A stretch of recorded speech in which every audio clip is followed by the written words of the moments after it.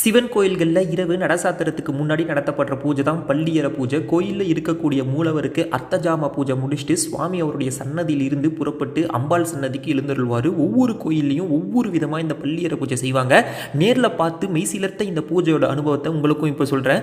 சுவாமி வருகைக்காக வெளியே எல்லாரும் காத்துக்கிட்டு இருப்பாங்க. சுவாமியை ஐயர் வெளியே எடுத்து வந்த உடனே அங்கே இருக்க எல்லாரும் சுவாமியை போட்டு பாடுவாங்க.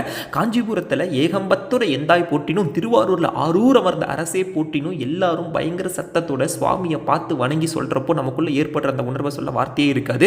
அதுக்கப்புறம் சிவபெருமான பல்லக்கில் வச்சு சாமனாணி பகு போட்டுக்கிட்டே வாத்தியம் வாசிச்சுக்கிட்டு பல்லக்கை சுமந்துக்கிட்டு கோயிலை சுற்றி வருவாங்க. அப்போ சிவனை தரிசிக்கிறது அவ்வளவு மனநிறைவை தரும். பள்ளியறையில் ஊஞ்சலில் அம்பாளுக்கு பக்கம் சிவபெருமானை வச்சு பூஜை பண்ணிட்டு தீபாராதனை காட்டுறப்போ சிவசக்தியை ஒரே நேரத்தில் தரிசிக்கக்கூடிய அந்த நேரம் வாழ்க்கையில் என்ன புண்ணியம் பண்ணியிருக்கோம் இதை பார்க்கறதுக்கு அப்படின்னு உணர்வோம்.